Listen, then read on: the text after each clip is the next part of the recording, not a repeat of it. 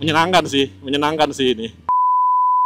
Begitu gue duduk di atasnya dan nyobain posisi berkendara dari W-Moto Island ini, mirip banget sama PCX cuy. Nah, spion nih juga sama. Ini spionnya PCX 160. M-Force Indonesia menghadirkan 2 motor baru di ajang PRJ kemarin, dan sekarang ini di Bekasi, di Kota Bintang ya, kita dikasih kesempatan buat nyobain motor barunya itu. Nah, di sebelah kanan gua udah ada CF Moto 675 SRR, dan sebelah gua ini udah ada W-Moto Island. Jadi dua-duanya bakal kita cobain secara singkat ya, kencan singkat sama 2 motor ini. Gimana impresinya? Tonton terus videonya sampai habis.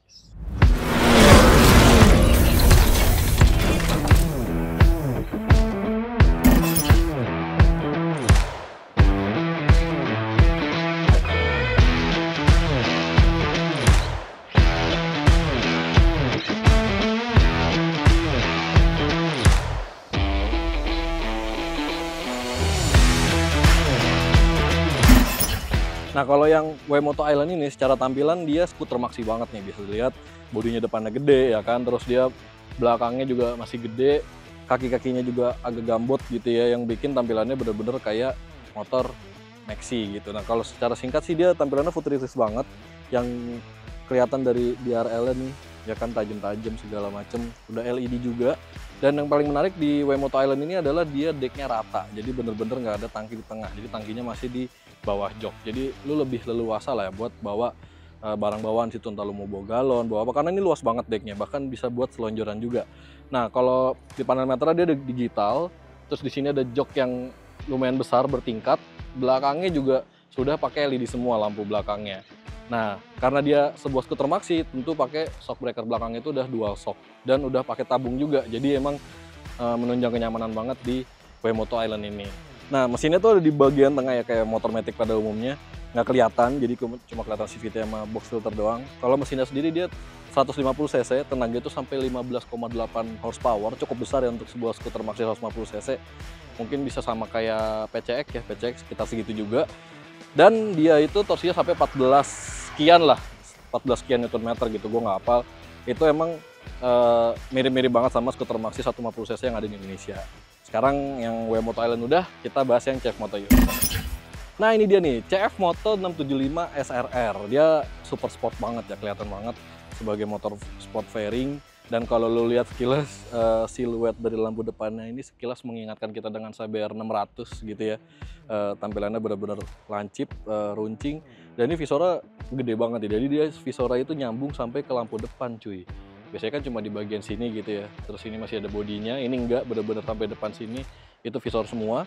Terus di sini ada kayak sedikit winglet gitu ya di bagian fairingnya, jadi kayak dikasih apa ya, lobang biar angin bisa lewat gitu. Dan kanan kirinya juga ada wingletnya kecil gitu. Dan kalau dilihat dia bener-bener gede banget nih. Padahal ini cuma 675 cc gitu ya, bukan 1000 gitu, tapi dia kelihatan gemuk banget, apalagi di bagian tengah. Bisa dilihat dari tangkinya yang mengembung ke atas, terus stangnya juga dibuat lebih rendah gitu. Jadinya dia benar-benar kelihatannya tuh gemuk di bagian tengah sini. Nah, kenapa dia gemuk? Karena di bawah tangki ini ada mesin 3 silinder. Jadi dia 675 bukan 2 silinder. Kalau biasanya Kawasaki itu yang ZX kalau ZX6 tuh 4 silinder ya. Terus kalau dulu ada IR6 gitu, itu 2 silinder, atau motor-motor 600 2 silinder lainnya, ini tuh 3 silinder. Jadi benar-benar apa ya, 3 silinder tuh gue sukanya dia ngasih paduan antara torsi sama tenaga puncak tuh yang berimbang gitu. Nah, mesin ini tuh bisa ngasih tenaga sampai 70 kW atau sekitar 98 horsepower. Nah, torsinya tuh sampai 70 Nm. Jadi nggak beda jauh lah antara torsi dengan tenaganya. Dan kalau dilihat ke belakang dia bener-bener runcing banget, khas motor-motor super sport gitu ya. Dia ada jok buat pembonceng belakang, ada foot tapnya juga tapi kecil, emang super sport pada umumnya begitu. Menariknya lagi, dia tuh lampu belakangnya itu nggak jadi satu di bodi belakang sini. Jadi dia dibikin ada spakbor mungil gitu ya, keluar dari jok belakang gitu, dan lampunya tuh gabung sama spakbornya. Nah, tadi dah kita bahas singkat ya soal si CF Moto 675 SRR sama W-Moto Island ini. Sekarang kita mau cobain gimana motor ini dipakai di daerah test ride ini di Grand Kota Bintang. Yuk kita cobain.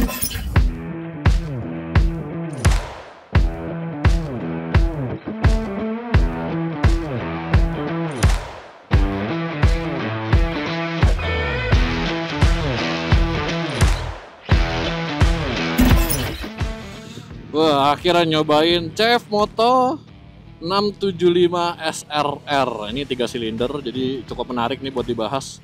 Karena ya tahu sendiri lah 3 silinder itu punya karakter mesin yang cukup berbeda ya dibanding motor-motor sport 2 silinder atau 4 silinder. Dia tenaganya ada, torsinya juga tinggi, jadi ya kita coba aja. Dan bisa dilihat ini kokpitnya, dia punya panel meter yang cukup ringkas ya. Ada speedometer, ini ada tire pressure monitoring, ini giginya, ini suhu mesin, bensin, dan banyak banget lah informasi yang ada di dalamnya. Dan bisa dilihat ini udah dibekali sama steering damper, jadi harusnya sih lebih stabil lah kalau kita pakai ngebut-ngebutan di motor ini. Langsung aja kita coba.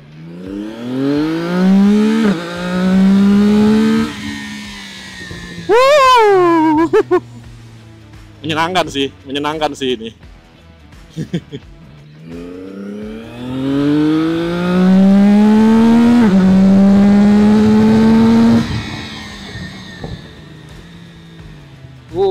Treknya habis.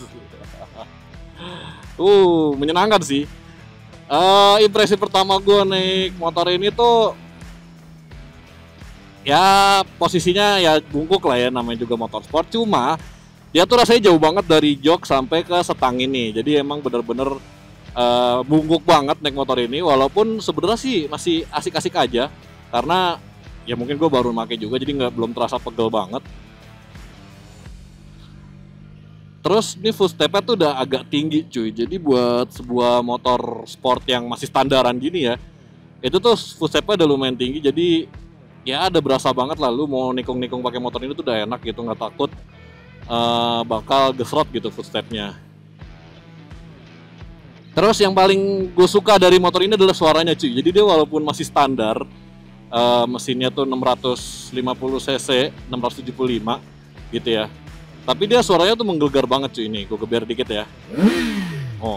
Dan naik RPM-nya tuh cepet banget karena dia 3 silinder. Jadi emang secara torsi tuh dia lebih galak gitu ya dibandingin motor-motor yang 2 silinder atau 4 silinder kayak gitu. Nah ini bisa dilihat kalau gue tegak itu bener-bener jauh banget sih setangnya ini. Dan setangnya juga udah nekuk banget, udah rendah banget. Jadi kayaknya nggak perlu ganti-ganti setang yang lebih ini ya. Jadi udah sporty banget emang posisi setangnya ini. Nah, gue nggak tahu lu tadi merhatiin apa enggak, tapi pas gue lagi akselerasi, ganti giginya tuh bener-bener cepet karena emang ini motor udah pakai quick shifter. Nah, menariknya quick shifternya itu tadi dari 1 ke 2 pun masih halus gitu, asalkan RPM-nya tinggi ya, lagi akselerasi gitu.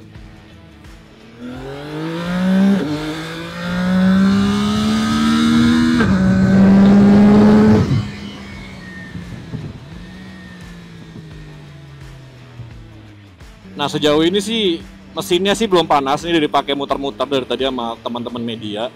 Tapi adalah panas, tapi nggak sepanas Ducati ya, walaupun ini masuknya udah moge kelas menengah, tapi ini nggak panas banget juga. Jadi emang fun-fun aja di motor buat dikendaliin atau dipakai ngebut-ngebut atau siang-siang kayak gini. Nih siang panas banget di Bekasi, jujur aja, tapi motornya masih nyaman, panasnya nggak terlalu yang mengganggu, nggak sampai bikin kaki melepuh gitu ya. Dan ini handlingnya enak banget asli. Mungkin karena gara posisi berkendaranya juga yang bener-bener sporty, jadi motor tuh bener-bener nurut gitu kita ajak belok-belok.